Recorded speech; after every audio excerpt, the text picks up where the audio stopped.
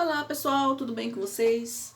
Hoje nós vamos começar uma nova playlist, nós vamos fazer um trabalho muito bonito aqui no nosso canal com o livro Memórias de um Suicida, um livro que foi escrito por Ivone do Amaral e o espírito é o Camilo Castelo Branco, um escritor português. Para quem não sabe, ele ficou cego, né? E naquela época, século XIX, não tinha os recursos que tem hoje em dia. Hoje em dia, uma pessoa com deficiência visual consegue ler, né, entre comilhas, entre aspas, aqui um PDF, porque ela coloca lá aqui no ouvir, né, e o computador ou celular, ele te lê todo. Ele faz toda a leitura e você vai ouvindo. Consegue se comunicar, mandar mensagem por áudio. Naquela época não tinha esses recursos. A gente está falando aí de um pouco mais de 100 anos. Olha quanto avanço da ciência, né? Então ele ficou cego e não ia conseguir mais escrever. Aí ele não aguentou e deu um tiro aqui nele, né? E vamos ver o que acontece com os suicidas, com todos os suicidas, com aquelas pessoas que não aguentam os problemas da vida, que acha que tudo acaba com a morte, né? Não pensa que vai ter uma continuidade. Como será esse porvir?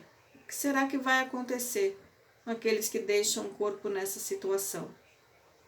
Vamos começar aqui a leitura do capítulo 1, onde ela já explica o Vale dos Suicidas. Os suicidas são levados para um lugar na espiritualidade chamado o Vale dos Suicidas. Vale destacar aqui, pessoal, que esse vale ele não é um lugar que Deus criou para jogar os suicidas. Ah, eu vou criar esse espacinho, tá sobrando umas terrinhas, estão sobrando umas terrinhas aqui, sabe? Eu vou colocar uma plaquinha aqui, Vale dos Suicidas, uma flechinha assim, e tudo quanto que é suicida vem para cá. Não. Isso é um lugar negativamente polarizado pelos espíritos que foram para esse lugar. Imagina assim, você tem uma estrada com gramado lindo, maravilhoso, cachoeiras, coisa linda, sabe? Um riacho passando, maravilha. Aí de repente uma pessoa sem teto vê uma possibilidade ali de construir sua casinha. Vai pegar umas madeiras e constrói uma casinha. Aí o que ela vai fazer ali? Ela vai, como ela não tem tanta educação, né? O que ela vai fazer? Ela vai usar o riacho de banheiro. Ela vai começar a jogar lixo ali, sem saco plástico. Não dá um mês, aquilo já tá com cheiro de mosca, já tá cheio de mosca, já tá com cheiro ruim, já tá tudo infestado, né? Em pouco tempo já vão começar a aparecer as doenças. Aí passa um outro viajante que também tá sem teto, vê que construir uma casinha e chega lá, vai ver que tem um espacinho, também vai construir a sua, e aí vem mais um, e como são todas pessoas que não são muito civilizadas, não têm bons costumes, né? Vai começar a fazer daquele lugar uma porquice, uma imundície.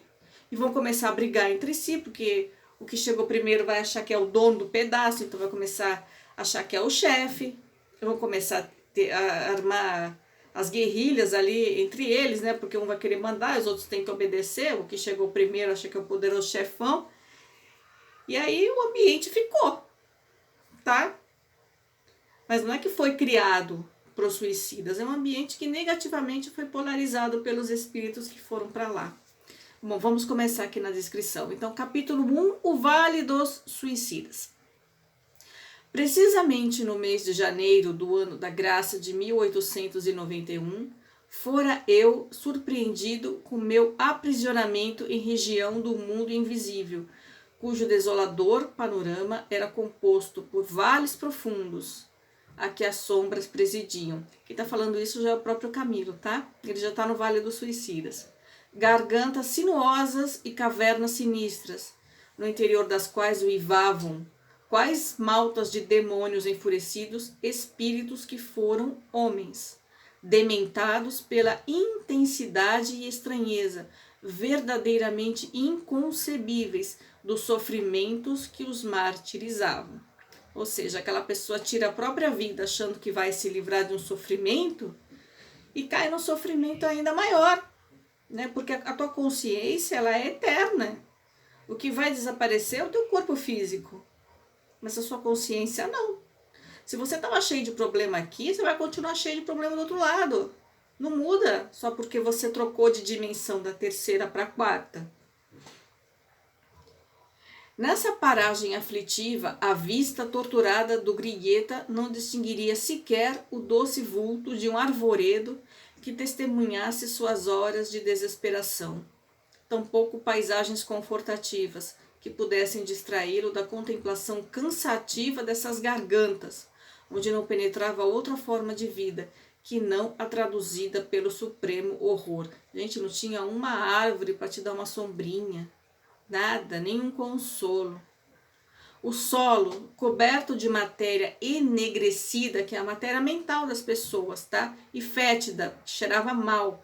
A matéria, lembra que eu falei aqui no canal, eu já comentei, que o pensamento, ele libera plasma e vai plasmando imagens ao redor da pessoa, e sentimentos ruins geram imagens escuras, antimatéria que fica grudada na gente. Então, isso tudo é miasma, tá?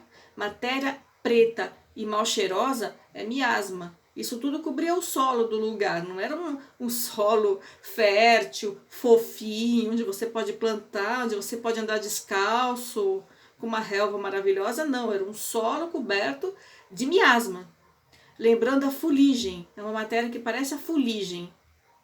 Era imundo, pastoso, escorregadio, repugnante. Esse era só o solo do lugar, ali do vale. O ar pesadíssimo, sabe aquele ar sufocante que você não consegue nem respirar? Asfixiante, gelado. Imagina aquele frio polar asqueroso de menos 40. Menos 40 graus abaixo. 40 graus abaixo de zero. Mas você tá assim, imagina. Enoitado por vulcões ameaçadores, como se eternas tempestades rugissem em torno. E ao respirarem-no, os espíritos ali ergastulados sufocavam-se como se as matérias pulverizadas, nocivas, mais do que a cinza e a cal, lhes invadisse as vias respiratórias, martirizando-os com suplício inconcebível ao cérebro humano habituado às claridades do sol. Dádiva celeste que diariamente abençoa a terra. O sol nasce, né, gente, para todo mundo, para os justos e para os injustos. E as correntes vivificadoras dos ventos sadios, que tonificam a organização física dos seus habitantes. É verdade, gente. Sabe quando você está cansado? Um bom conselho é você ir para a natureza, ficar descalço na grama ou descalço na praia, sentir aquele vento reconfortante, aquela brisa maravilhosa, suave, te envolvendo, aquele calor do sol que te dá energia. Isso revigora a pessoa, tá? Ajuda a diminuir bastante o cansaço, a pessoa se sente mais disposta. Lá não tinha isso, nem o sol nasce. É escuridão total e eterna. Não havia ali, como não haverá jamais, nem paz, nem consolo, nem esperança. Tudo em seu âmbito marcado pela desgraça era miséria, assombro, desespero e horror. Dir-se-ia a caverna tétrica do incompreensível, indescritível a rigor, até mesmo por um espírito que sofresse a penalidade de habitá-la.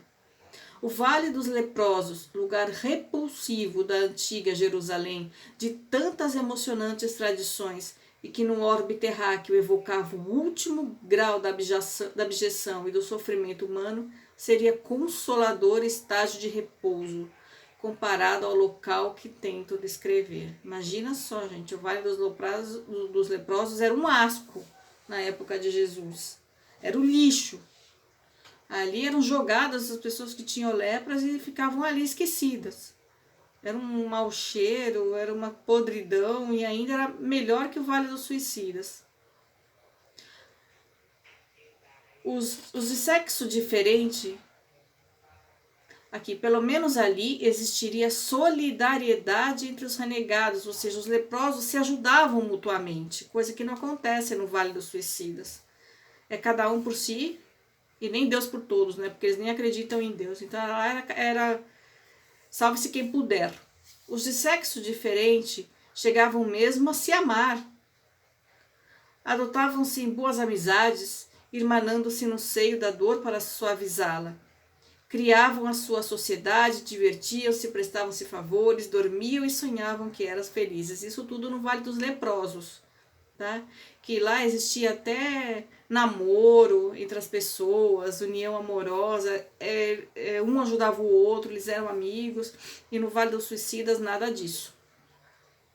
Mas no presídio de que vos desejo dar contas, nada disso era possível, porque as lágrimas que se choravam ali eram ardentes demais para se permitirem outras atenções que não fossem as derivadas da sua própria intensidade, ou seja, cada um era fechado na sua própria dor. Ninguém escutava, ninguém prestava atenção no outro ser que estava do seu lado. Não tinha irmandade, não tinha caridade, não tinha nada. A dor é tão intensa, gente. E a pessoa está achando que ela vai sair de um problema aqui na Terra, que pode ser o desemprego, pode ser uma doença, pode ser uma separação, o término de um relacionamento, a perda de alguém, de um ser querido, e ela acha que isso é o fim do mundo, e achando que acabando com a própria vida, ela vai acabar com o sofrimento. Onde ela vai parar? Aí. Isso é só o começo, hein? Só o começo. No Vale dos Leprosos havia a magnitude compensadora do sol para retemperar os corações. Existia o ar fresco das madrugadas com seus orvalhos regeneradores. Poderia o precito ali detido contemplar uma faixa do céu a azul. Seguir com o olhar enternecido bandos de andorinhas ou de pombos que passassem em revoado. Ele sonharia, quem sabe. Lenido de amarguras ao poético clarear do plenilúnio, enamorando-se das cintilações suaves das estrelas, que lá no inatingível acenariam para sua desdita, sugerindo-lhe consolações no insulamento, a que o forçavam as férreas leis da época. E depois a primavera fecunda voltava, rejuvenescia as plantas para embalsamar com seus perfumes cariciosos as correntes de ar que as brisas diariamente tonificavam com outros tantos bálsamos generosos que traziam no seio amorável. E tudo isso era como dádivas celestiais para reconciliá-lo com Deus, fornecendo-lhe tréguas na desgraça. Mas na caverna onde padeci o martírio que me surpreendeu além do túmulo, nada disso havia. Tá vendo? Ele saiu daqui e foi parar numa caverna, no plano espiritual, com essa descrição, nesse lugar. Aqui era a dor que nada consola, a desgraça que nenhum favor ameniza, a tragédia que ideia alguma tranquilizadora vem orvalhar de esperança. Não há céu, não há luz, não há sol, não há perfume e não há tréguas. É a escuridão total, um frio intenso, as pessoas uivando de tanta dor, um solo muito mal cheiroso, ninguém consegue enxergar o outro, de tanta escuridão, de tanta dor, só choro, só ranger de dente, só dor, só sofrimento. A pessoa saiu daqui, onde ela tinha sua própria casa, onde ela tinha sua comida, onde ela tinha o amor das pessoas, onde ela tinha um animal de estimação para lhe dar afeto, onde ela podia ir numa praia, entrar no mar, sentir a brisa, podia ir num parque, sentar, abraçar uma árvore, se alimentava, vestia, sabe? Para num lugar desse. Porque ela aqui achava que tudo acabava com o fim do corpo humano. E não é assim, tá? É só o corpo que se desintegra, mas a consciência continua. O que há é o choro convulso e inconsolável dos condenados que nunca se harmonizam, o assombroso ranger de dentes da advertência prudente e sábia do sábio mestre de Nazaré, a blasfêmia assintosa do réprobo a se acusar a cada novo rebate da mente flagelada pelas recordações penosas. Então a pessoa começa a entrar num estado de culpa e de... como se fala quando ela está... de remorso, de culpa e de remorso, porque ela pensa que a vida acabou, mas ela chegou ali e ela viu que não acabou. Ela viu que ela não conseguiu se destruir, que ela não conseguiu acabar com o sofrimento dela. E esse é o maior desespero que eles têm, é esse remorso, porque ele fica com a mente o tempo todo rememorando esse ato. A mente dele parou ali, no último ato que ele cometeu, e isso vira uma tortura para ele. O que há é a raiva envenenada daquele que já não pode chorar, porque ficou exausto sob o excesso das lágrimas. O que há é o desaponto, a surpresa aterradora daquele que se sente vivo a despeito de se haver arrojado na morte. Viu? A pessoa ainda se sente viva, ela sente as próprias dores. Nós vamos ver mais tarde que ela sente inclusive os vermes comendo o próprio corpo. A pessoa, quando ela é enterrada e vem os vermes comer, como ele ainda está ligado nesse corpo, o cordão que liga o espírito ao corpo não foi cortado, ele fica sentindo a decomposição do corpo. Inclusive esse cheiro ruim do cadáver que tá apodrecendo. Além do cheiro da matéria, dessa matéria escura que tem lá, que é mal cheirosa, a pessoa fica sentindo o cheiro do cadáver apodrecendo. Olha o sofrimento que a pessoa vai infligir para ela mesma. Ao invés de se apoiar na fé, na esperança de que isso tudo vai passar, de que a vida aqui na Terra é só uma etapa, gente, que são 80 anos diante de uma eternidade, 80, 90, poucas pessoas vivem 100 anos, né? Vamos lá. É a revolta, a praga, o insulto, o ulular de corações que o percutir monstruoso da expiação transformou em feras. O que há é a consciência conflagrada, a alma ofendida pelas imprudências das ações cometidas, a mente revolucionada, as faculdades espirituais envolvidas nas trevas oriundas de si mesma. O que há é o ranger de dentes nas trevas exteriores de um presídio criado pelo crime, voltado ao martírio e consagrado à emenda. É o inferno na mais hedionda e dramática exposição, porque além do mais, existem cenas repulsivas de animalidade, práticas abjetas dos mais sórdidos instintos, aos quais eu me pejaria de revelar aos meus irmãos os homens. Tá vendo as coisas que acontecem lá, gente, do nível mais baixo de animal. Ele ficou até com vergonha de contar para as pessoas, para não ferir a nossa susceptibilidade.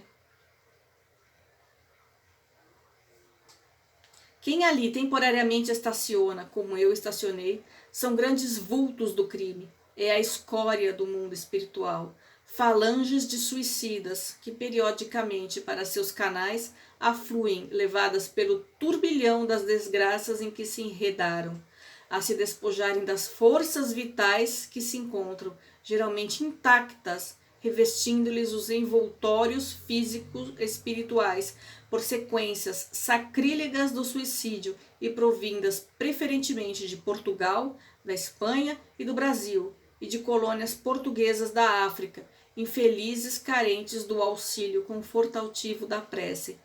Aqueles levianos inconsequentes, que fartos da vida que não quiseram compreender, se aventuraram ao desconhecido em procura do esquecimento, pelos despenhadeiros da morte.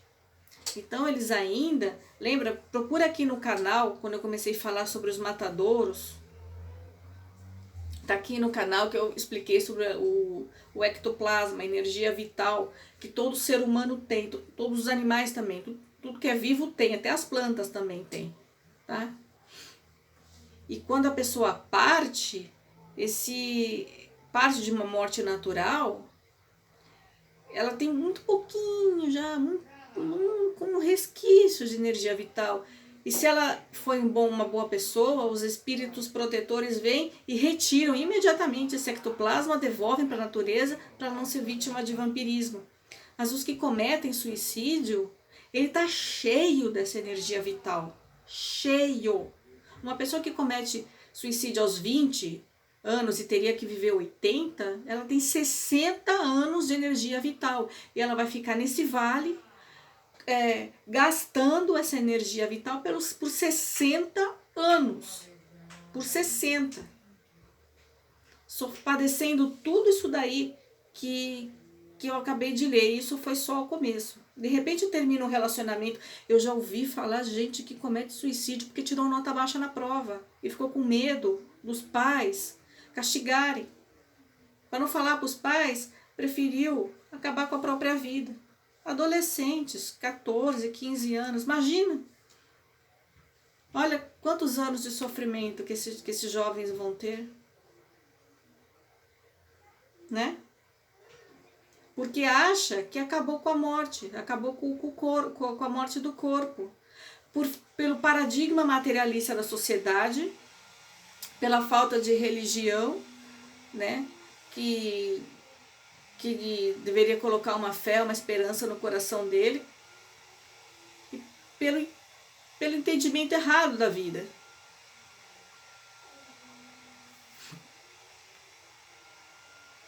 O além-túmulo acha-se longe de ser a abstração que na Terra se supõe, ou as regiões paradisíacas fáceis de conquistar com algumas poucas fórmulas inexpressivas. Ele é, antes, simplesmente a vida real.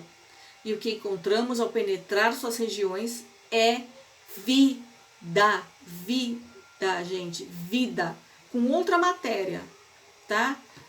Com átomos que tem uma porosidade diferente do nosso. Mas é vida. A vida não acaba nunca. Nunca. Tem vida nesse mundo, tem vida na quarta dimensão, na quinta, na sexta, em todas as dimensões tem vida. A vida não acaba porque ela é da sua consciência. Ela é criação de Deus. Ela está em você. Só acaba esse envoltório. Do mesmo jeito que uma hora essa roupa aqui não vai me servir mais. Vai estar velha, desgastada. E eu vou jogá-la fora. Ela não vai me servir mais. Eu vou colocar uma outra que esteja mais novinha. Para uma nova experiência. Né? Para um novo momento da minha vida. Assim é. Assim é o corpo que a gente está usando. É só uma veste. Para o espírito evoluir aqui na Terra, para ele vivenciar experiências necessárias para a evolução dele, até ele chegar a ser um espírito perfeito, tá?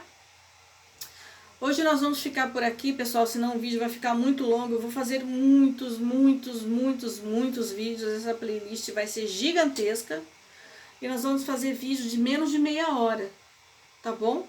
Para ir abordando aos poucos os assuntos, mas nós vamos ler o livro inteiro e explicar tudo, tá? Esse é só o começo, tá bom? Eu vou deixar aqui na descrição. Ai, não tenho, gente, porque eu guardei PDF, não tenho o link. Mas se vocês quiserem acompanhar, vocês podem baixar na internet o PDF, né? E nós estamos aqui. Que página é esse aqui? Tá aqui embaixo. Oh, estamos na página 7. Tá bom? Na página 7 do livro. Ou você pode ter o livro físico e ir acompanhando com a gente. Tá? Um beijo para vocês, pessoal. Fiquem com Deus. Até o próximo vídeo. A gente vai continuar descrevendo o Vale dos Suicidas. É uma descrição longa, não dá para fazer num vídeo só. Tá bom? Fiquem com Deus, esfriem a cabeça, peçam proteção ao anjo da guarda, ao mentor antes de dormir, unam-se no bem, tá bem? Pensamento positivo sempre, fé e esperança no coração, amor, esse mundo tá muito carente de amor, tá bem? Um beijo, fiquem com Deus e até o nosso próximo vídeo. Tchau!